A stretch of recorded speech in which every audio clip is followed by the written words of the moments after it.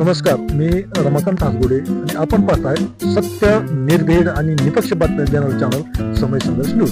सध्या धाराशिवमध्ये नगर परिषद निवडणुकीचा प्रचाराचा शेवट दिवस आहे आणि प्रचाराचा एक धुरा शहरामध्ये उडलेला आपण पाहतोय.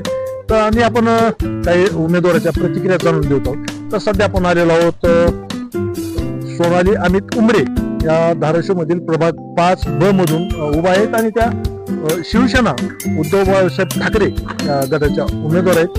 त्यांच्याशी आपण चर्चा करणार आहोत, त्यांची प्रतिक्रिया जाणून घेणार आहोत. ताई, तुमचं चॅनल मध्ये स्वागत आहे. मला सांगा, खरं तरी आज शेवट दिवस असल्यामुळे डोअर टू डोअर प्रचार चालू होता. ताई, आज दुपारचं जेवण किंवा नाश्ता करण्यासाठी घरी आले तर तेवढेच आपल्याला यांचा वेळ मिळाला, नाहीतर दिवसभर वेळ मिळत नव्हता. तर कसं वाटतं, कसा प्रचार कसा चालू आहे? प्रचार खूप छान चालू आहे आणि सगळ्यांचा प्रतिसाद पण खूप छान आहे. तुमच्या वार्डामधून प्रतिसाद चांगला आहे? हा, आमच्या वार्डामधून खूप छान प्रतिसाद भेटतो आम्हाला. आता तुम्ही नाश्ता किंवा जेवण करायला घरी आलात म्हणून आम्हाला वेळ भेटला तुमची मुलाखतीची. तर सकाळपासून पाहतो मी डोर टू डोर तुमचा प्रचार चालू होता. तर मला एक सांगा की निवडून आल्यानंतर पुढं काय मुद्दे असतील विकासाचे म्हणा आपल्या वार्डामध्ये? मुद्दे काय असतील? कोणत्या ह्याच्यावर काम करावं लागणार? रस्ते असतील वार्डातले काय सांगते? आता आम्ही डोअर टू डोअर प्रचार केलाय, त्याच्यामध्ये आम्हाला जे मुद्दे दिसले किंवा रस्त्याचा झाला, रस्ते, लाईट, मतदार सांगत असतील ना ही अडचणी आहेत, ती अडचणी सांगतात ना.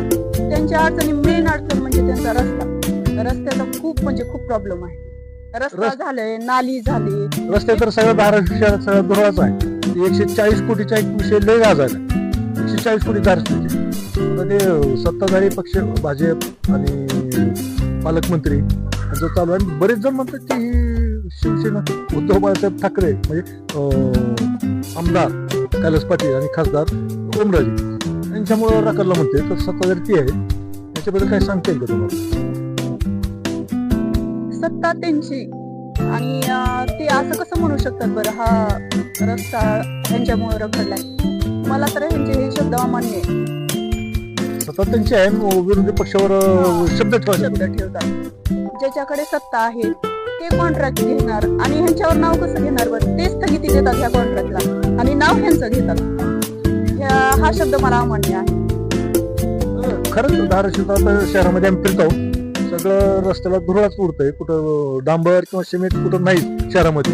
आम्ही प्रचार केला, अशी परिस्थिती आहे की घरामध्ये नाल्याचं पाणी चाललंय. अशी परिस्थिती, घरामध्ये पाणी नाले हो चाललंय, ही अशी परिस्थिती. आज आम्ही प्रचाराला गेलो तर उतारामध्ये रस्त्याचं तर जाऊ द्या, ते नाल्याचं पाणी अख्ख्या घरात चाललंय त्यांची. अशी परिस्थिती.